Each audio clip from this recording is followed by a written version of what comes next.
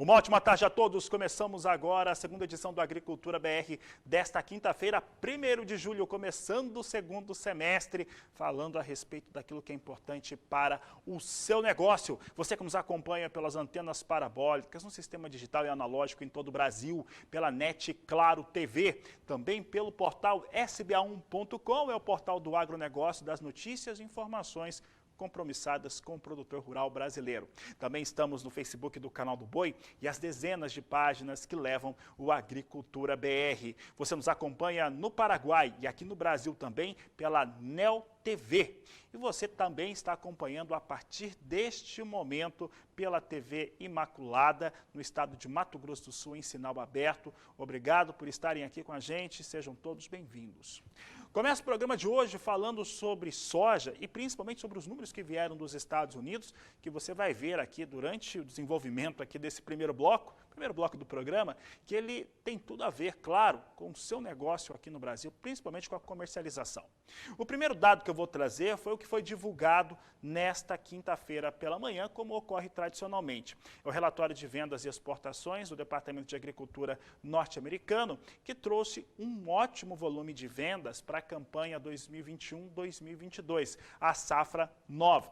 Esse volume traz ali um total de 1.760.000 toneladas, considerando o que foi vendido para a safra 2021 e também o montante da 21-22. Veja na tela como é que ficou esse cenário. Você tem a 2021 com volume de 92.800 toneladas de soja comercializada, um número extremamente normal, né? Safra já finalizada nos Estados Unidos, enquanto que a 21-22, 1.700.000 toneladas, é o que 1.670.000 toneladas que foram comercializadas pelos norte-americanos, portanto mostrando aí um bom ritmo, um bom volume para a safra nova. Mas o relatório que importa, além daquele que nós trouxemos também nesta última quarta-feira, que são diárias, as áreas foram confirmadas, sendo maiores do que a do ano passado, mas elas não se elevaram frente aos relatórios anteriores. Esse fato é muito importante. As áreas norte-americanas para a soja são as mesmas que estavam sendo colocadas à disposição, os números, pelo próprio Departamento de Agricultura norte-americano, ficando 5% acima daquilo que estava ocupando com soja na safra anterior.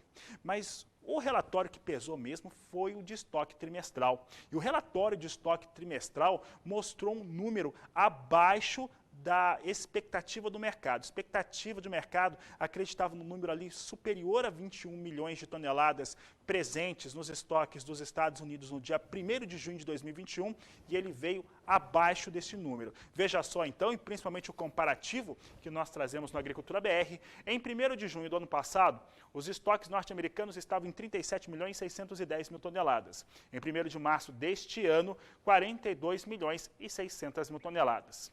Para o relatório de ontem, a expectativa, ou desta quarta-feira, a expectativa era de 21.400.000 toneladas estocadas. E o Departamento de Agricultura norte-americano trouxe 20.870.000 toneladas, portanto, um número abaixo, inclusive, da expectativa, né? O que o mercado esperava ser o mais baixo.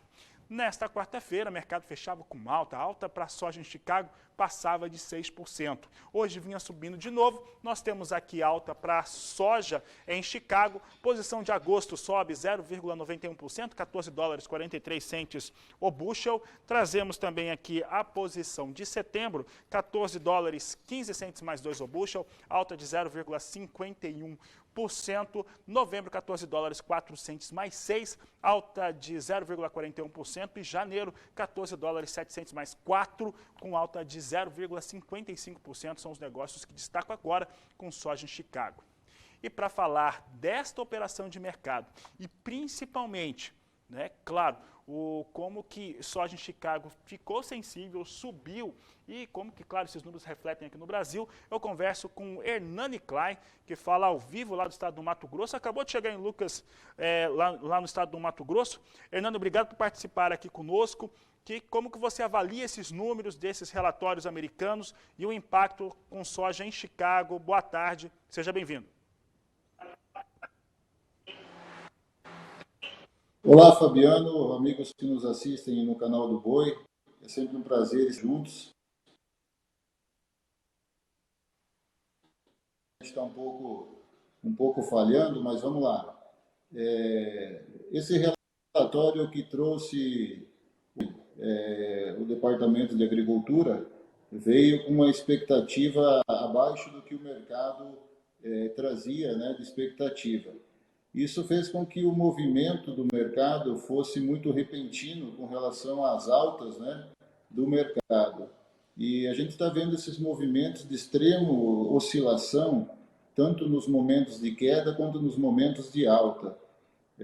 Para ter uma ideia, de ontem para hoje, nós tivemos negócios realizados com soja disponível a R$130, e hoje o mercado, com esse novo cenário de alta lá em Chicago, em virtude do relatório, em virtude do mercado climático que se apresenta nos Estados Unidos e na América do Sul, já teve uma repercussão bastante significativa, mudando aí de 130 para R$146 a saca num único dia, né? Numa mudança de um dia para o outro. Em virtude também da questão do câmbio, né? Rompendo aí novamente os R$5 o dólar, e isso trouxe uma movimentação muito forte.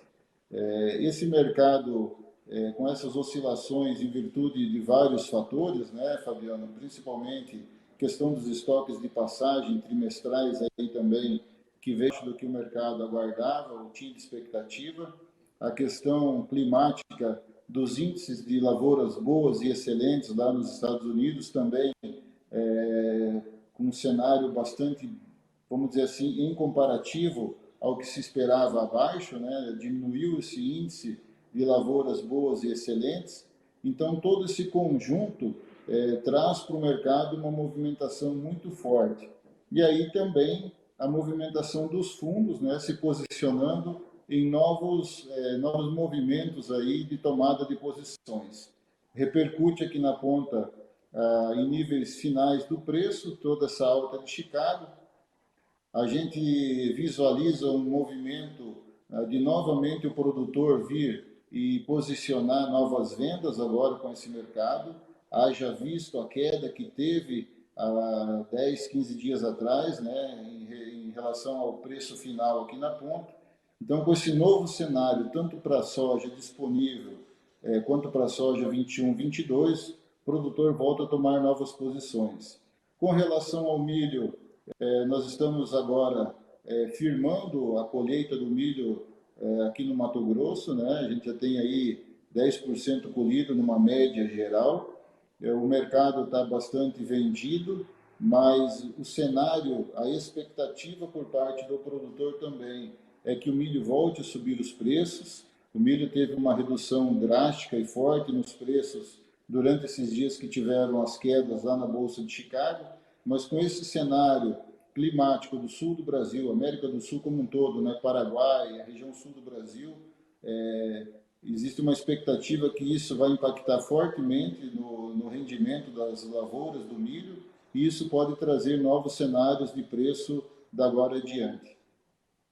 Tá certo, Hernani Klein. Hernani, eu quero agradecer a sua participação aqui no Agricultura BR, disposição aqui tá conosco, comentar esse cenário que passa pelos Estados Unidos, vem aqui para o Brasil também e que traz ali uma nova postura, uma nova arrumação para o mercado agrícola brasileiro. Uma boa tarde, seja bem-vindo.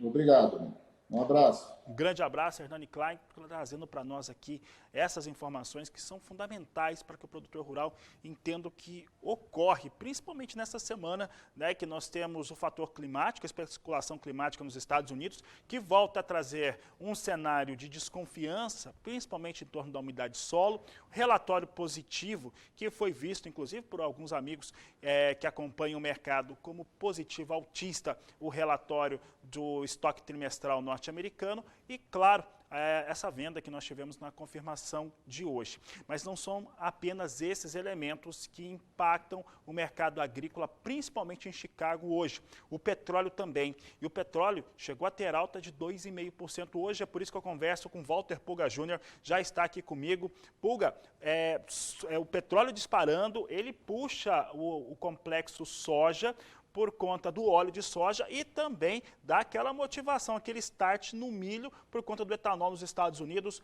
Boa tarde, seja bem-vindo, Pulga.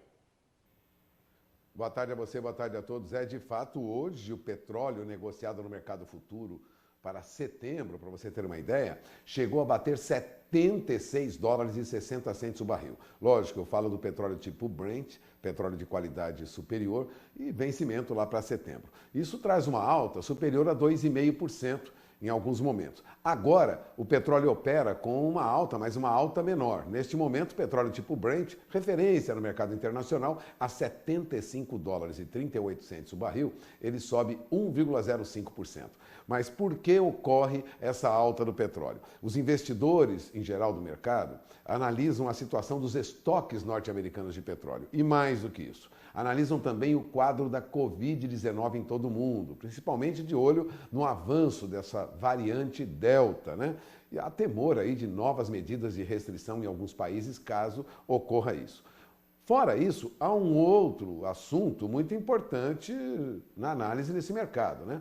É a decisão da OPEP, a Organização dos Países Exportadores de Petróleo, tem uma reunião hoje. Aliás, não só os membros da OPEP, mas a chamada OPEP+, alguns aliados que também são produtores de petróleo, que devem decidir se aumentam ou não a oferta de petróleo no mundo. Por isso, o petróleo tende a um movimento de alta, o petróleo tipo WTI neste momento sobe 1,62%, já se aproxima de 75 dólares o barril e, lógico, isso vai puxar commodities agrícolas relacionadas também à energia.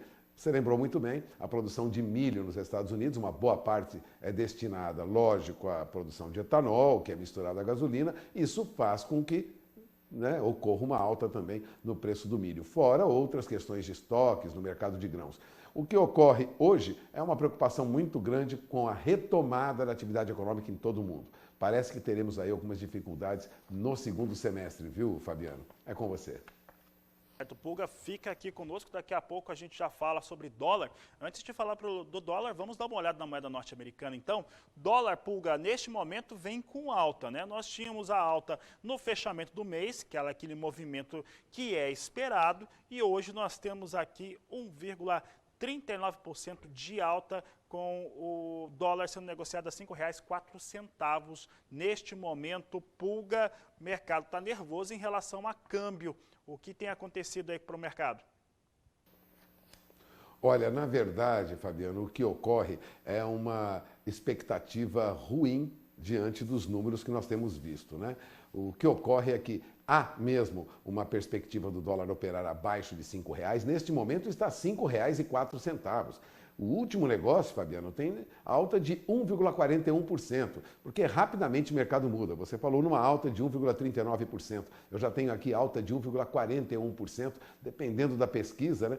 Mas a tendência é mesmo do dólar estar em alta. Agora, por que isso estaria ocorrendo? Primeiro, há uma preocupação em relação ao que vai ocorrer no segundo semestre. Portanto, essa queda acentuada do dólar que nós vimos, ou seja, uma valorização do real, pode não se acentuar rapidamente. Muitos analistas de mercado ainda preveem o dólar acima de 5,20 no final do ano. Portanto, segundo semestre é preocupante quando falamos de câmbio. Agora, há um dado muito importante que está sendo considerado hoje no mercado. É que, diferente do que se esperava, do que esperavam os analistas e também os diretores do Banco Central do Brasil, o início do ciclo de altas da Selic não tem feito os exportadores brasileiros acelerarem o retorno em dólares daquilo que foi exportado. Pelo contrário, a diferença entre as exportações brasileiras embarcadas, divulgadas pela SECEX, e o câmbio contratado, aquele que mostra os dólares que devem entrar no Brasil, está no maior nível da série histórica. Resumindo, o que nós temos ainda faltam recursos de exportação que não voltaram ao Brasil. A situação poderia estar um pouco melhor, o dólar poderia estar em valores mais baixos frente ao real, mas isso não está ocorrendo. Há analistas de mercado que comentaram com colegas jornalistas do Valor Econômico, Fabiano, lembrando que nós deveríamos ter recebido pelo menos mais 15 bilhões de dólares que continuam retidos lá fora. Isso atenuaria, lógico, essa cotação do dólar aqui. Nós já tínhamos abordado esse assunto no passado, outros veículos de comunicação também. O fato é que o governo já começa a ter preocupação com esses dólares das nossas exportações, que deveriam entrar no país, mas não entram, apesar da alta da Selic, que deveria incentivar o retorno desses recursos, né? Ou melhor, a entrada desses recursos no Brasil. Esperar mais algumas semanas para conferir se esse dinheiro entra e o dólar opera um pouco mais baixo, viu, Fabiano? Por enquanto, dólar em alta e a expectativa é de que continue ainda, até amanhã, acima de R$5. É com você. Obrigado, Pulga. Grande abraço a você, toda a equipe aí em São Paulo. Olha só, e esses cenários que nós trouxemos agora, trouxe com o Hernani Klein, depois com o Walter Pulga, falamos da soja de Chicago, da questão climática nos Estados Unidos, também de estoque trimestral mais baixo até do que se esperava. Falamos do petróleo em alta, dólar em alta no Brasil, e aí? E aí que a soja na referência no porto sobe e dá uma disparada muito interessante. Nós tínhamos referência de R$ 154 para entrega em julho, nessa última quarta-feira. Olha só a referência para entrega no dia de hoje, referência de hoje, 1º de julho, para entrega em julho. Porto de Santos, R$ 164,50, uma alta aí de superior a R$ 10. E Paranaguá também subindo forte para R$ 165 a saca de 60 quilos, portanto, dia de alta, de acordo com a apuração da Granos Corretora, que diariamente nos traz as cotações, informações aqui no Agricultura BR.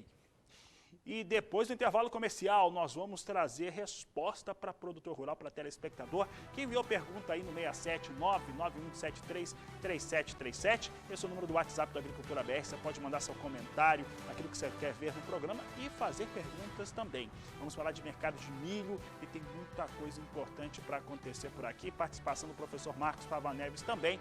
E eu volto já. E chegou a hora da participação do telespectador aqui no Agricultura BR. É o quadro Agricultura BR Responde.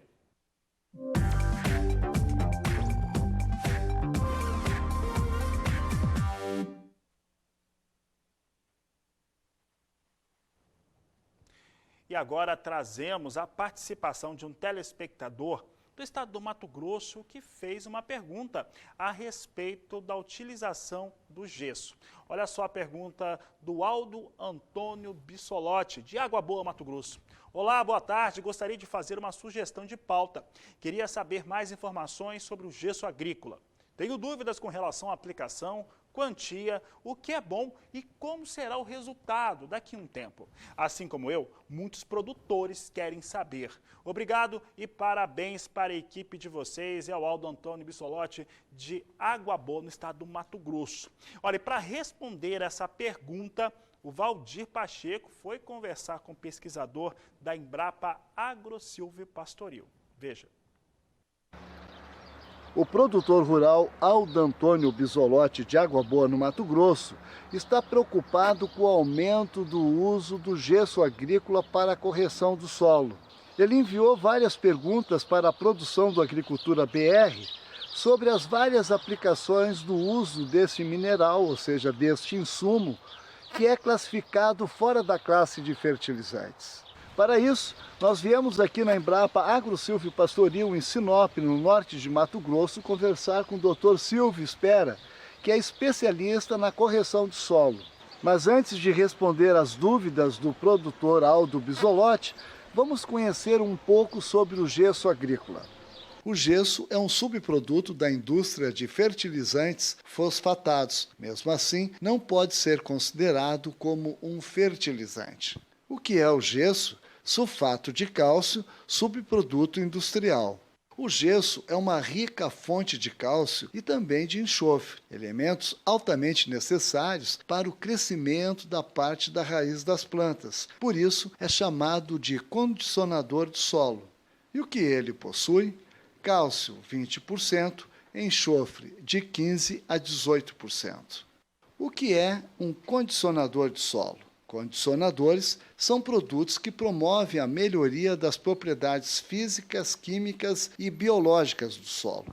Agora sim, vamos falar com o Dr. Silvio Spera para tirar as dúvidas do telespectador Aldo Bisolotti. Silvio, em quais situações é indicado a aplicação do gesso agrícola? Bom, o gesso agrícola, como já foi dito, não é especificamente um corretivo de solo. Ele não altera o pH do solo. Mas existem critérios para aplicação do gesso já desde a década de 80. Não só feitos pela Embrapa, como outras instituições de pesquisa no Brasil, inclusive universidades. Então o uso do gesso é amparado por dados de pesquisa científica. Silvio, quais são as quantidades ideais de aplicação? Bom, o gesso, claro, ele é recomendado que seja usado 30% daquela dose indicada pela análise de solo para o calcário. Ou seja, 3 toneladas de calcário, o gesso será 900 kg. E assim por diante. Estão comprovados resultados positivos para o uso do gesso no futuro? Sim, com certeza. O gesso já é comprovado como sendo favorável ao uso agrícola já desde os anos 80. E não mudou nada até hoje. Inclusive, continua havendo recomendação para o uso do gesso, principalmente nas regiões de cerrado, certo? E são muito usados em pesquisa e para várias culturas. Pastagens, frutíferas, espécies de bianuais, todas essas espécies se beneficiam do uso do gesso. Não haverá degradação ou até mesmo comprometimento irreversível do solo? Bom, como eu disse, o gesso é solúvel, não é um corretivo, e ele acelera a lixiviação de alguns outros nutrientes. Então existem limites, sim, para a aplicação do gesso. Por exemplo, em solos arenosos, doses acima de 700, 800 kg são desrecomendadas.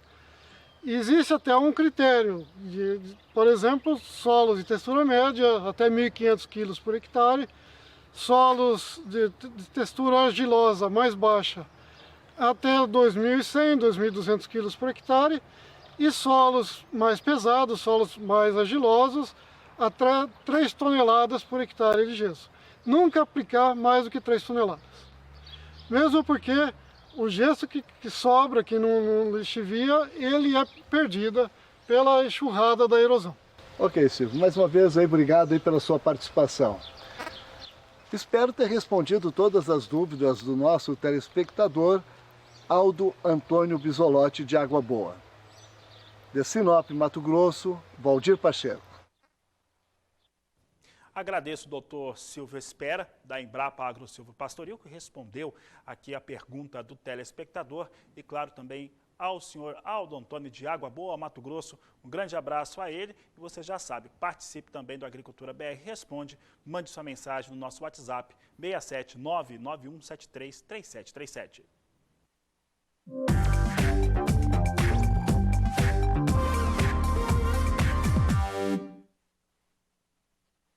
Vamos falar de clima agora, porque o ar polar se afasta do Brasil e, com isso, o risco de geada reduz bastante. Este é o assunto de Renata Ferreira, agora no Agricultura BR, que fala sobre clima. Boa tarde, Renata. Olá, Fabiano, muito boa tarde para você, muito boa tarde a todos. Como nós temos falado desde o início da semana, a quarta-feira trouxe frio intenso em grande parte aí do centro-sul brasileiro. Só nesses últimos 4 dias nós já tivemos geadas, chuva congelada, neve, muito frio espalhado por diversos estados, né? Para os próximos dias, a tendência é de aumento gradual nos termômetros, e o que reduz aí aos poucos os registros de ocorrência desses fenômenos climáticos. No sul do país, o risco para gear diminui amanhã. E a única área que pode ter ocorrência dessas geadas é entre a Serra Gaúcha e o Planalto Paranaense. Já no fim de semana, as temperaturas devem se elevar ainda mais e não vai haver mais chance aí para geada em nenhuma área dos estados sulistas. Mas mesmo com a ocorrência de todos esses fenômenos climáticos dos últimos dias, a estimativa para a produção das culturas de inverno no estado gaúcha ainda é muito boa, viu, Fabiano? De acordo com dados divulgados pela Emater do Rio Grande do Sul, a previsão é de uma safra de inverno bem robusta, com produção de 3.700.000 toneladas de trigo, cevada, canola e aveia branca. o que corresponde a um aumento aí de 32,5% em produção comparado ao ano anterior. Pelo centro-oeste brasileiro, a partir de amanhã, não tem mais previsão para geadas. As temperaturas vão aumentar gradativamente nos próximos dias e a umidade relativa do ar vai ficar baixa durante aí o período da tarde. Já no sudeste, as temperaturas já começam a se elevar amanhã e o único local com possibilidade para ocorrência de geadas é a Serra da Mantiqueira. No fim de semana, não há mais chance para gear e os termômetros seguem aumentando. É isso, Fabiano. Essa foi a previsão de hoje. É com você aí. Obrigado, Renata Ferreira.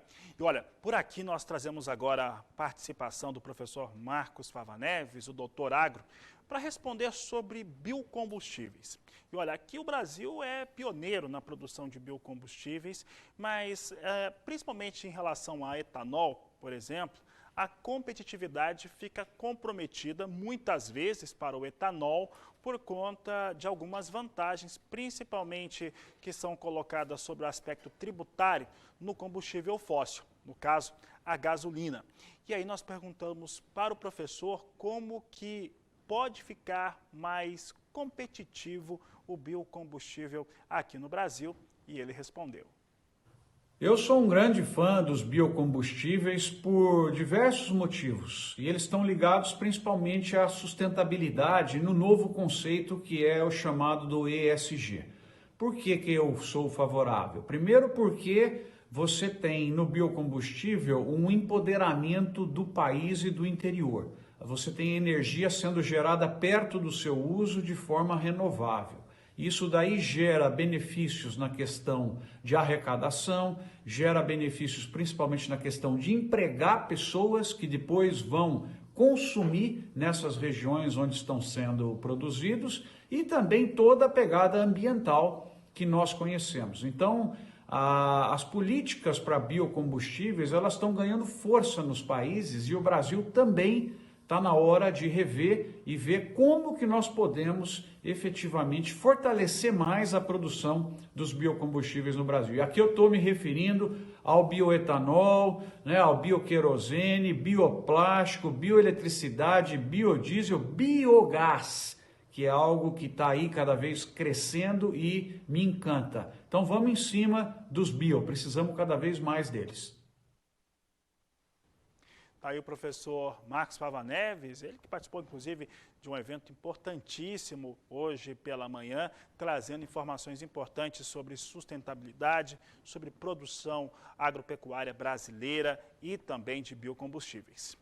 Já que falamos um pouco num cenário que, de certo modo, fala de milho, já que os Estados Unidos produzem etanol também, a base de milho, vamos dar uma olhada como é que vem o cenário por lá para os negócios. Milho sobe nos Estados Unidos pelo segundo dia consecutivo, setembro com $6,04 mais 2 o bushel, alta de 0,83%, dezembro $5,91 mais 4, alta de 0,51%, março $5,97 mais 2, uma alta de 0,29%, e estabilidade na posição de maio com $5,99 mais 4 por bushel.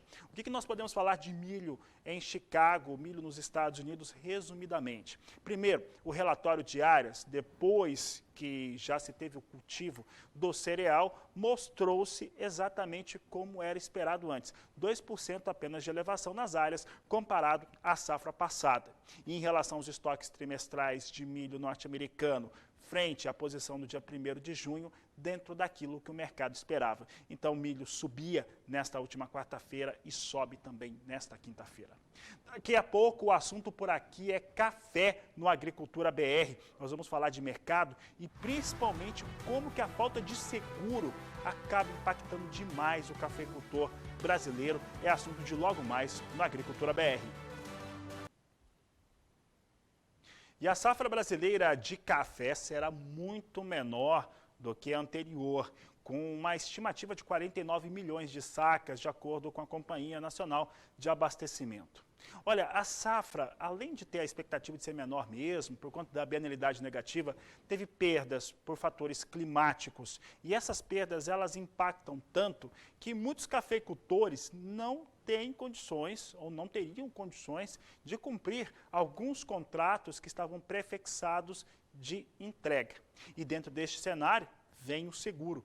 E quem não tem o seguro acaba tendo uma situação um pouco pior do que aqueles que conseguiram travar a garantia. É o que você vai conferir agora na entrevista realizada por Walter Pulga Jr.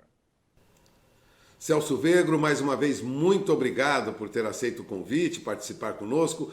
Vamos falar sobre o que ocorre no mercado do café agora, diante de uma safra muito pequena e com qualidade prejudicada.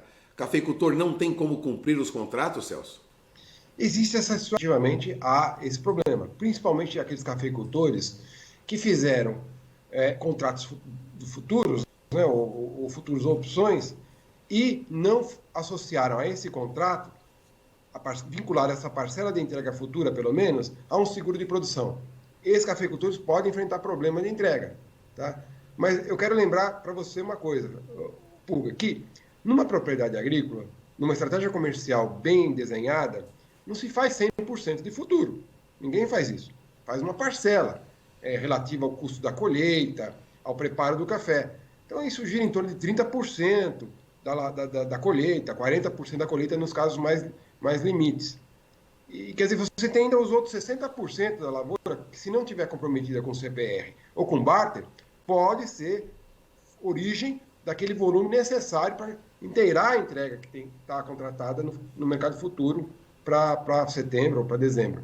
Então, a opção de não cumprir o contrato ela é uma opção muito restrita, quer dizer, uma minoria de cafeicultores pode estar nessa situação. Quais sejam? Aquele cafeicultor que podou uma área grande, né, e ficou com um volume de produção bem menor, e aquele cafeicultor que não, apesar de ter produção, não ter podado, teve produção menor e não fez seguro, né, porque com o seguro ele conseguiria, não tendo a produção, liquidar no financeiro, porque o seguro daria o complemento para fechar essa entrega no financeiro, né? Então, a recomendação, quer dizer, quem fizer futuro, pelo menos essa parcela que foi contratada, sempre levar junto no seguro. Lembrando que em São Paulo, por exemplo, fazer seguro agrícola, seguro de café, é uma coisa ridícula, e tão barato.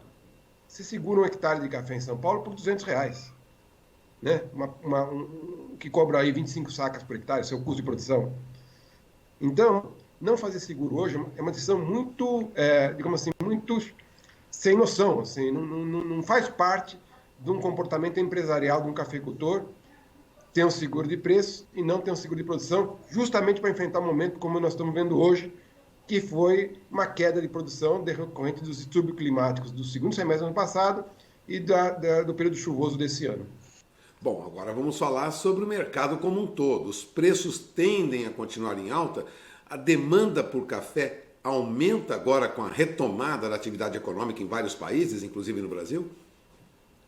Sim, efetivamente. A gente já informes internacionais têm dado conta que com essa vacinação massiva dos países que importam a bebida tem buscado, né, incrementado a demanda por café nas origens, né? E isso tem favorecido uma retomada consistente do consumo, principalmente de cafeterias, bares, restaurantes. Tem havido aquele surto inicial, no meio da pandemia, em que o consumo doméstico determinou a permanência do crescimento do consumo da bebida, continua agora também fora do lar, e esses dois fenômenos juntos vão permitir um incremento ainda maior do que as médias que a gente registrava para consumo de café, que gira em torno de 2% ao ano de incremento de consumo. Pode ser que nós tenhamos uma média um pouco maior em 2021, graças à fusão desses dois fenômenos, o consumo doméstico e a retomada do consumo fora do lar. Nós teremos perspectiva, então, de preços mais altos para o café negociado hoje em todo o mundo? Essa é uma pergunta difícil de responder, mas dado o crescimento dos países consumidores, né, que está da ordem de 5%, 7%, 10% na China, a gente acredita que sim, que a demanda vai continuar bastante pressionada para o produto café.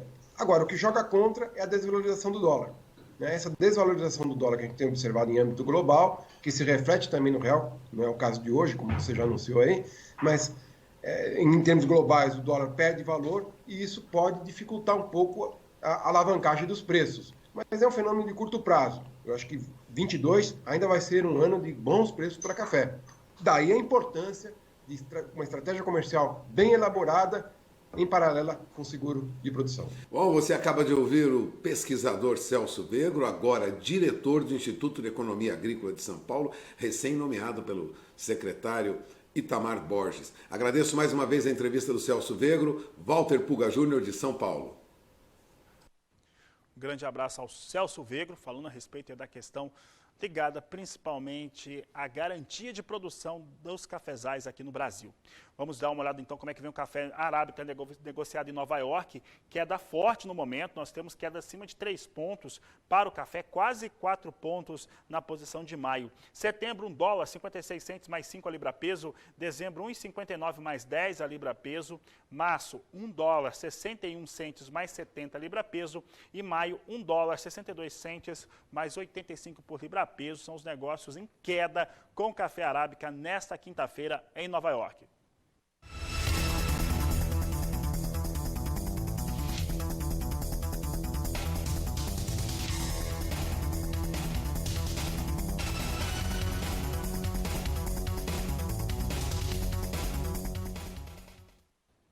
A seguir, as últimas notícias desta edição do Agricultura BR. Eu volto já. Informações finais dessa edição, você acompanha a soja em Chicago comigo agora. Nós temos posições em alta, agora a posição de agosto, passando de 1% na Bolsa Norte-Americana. $14, 47 centes o bushel em agosto.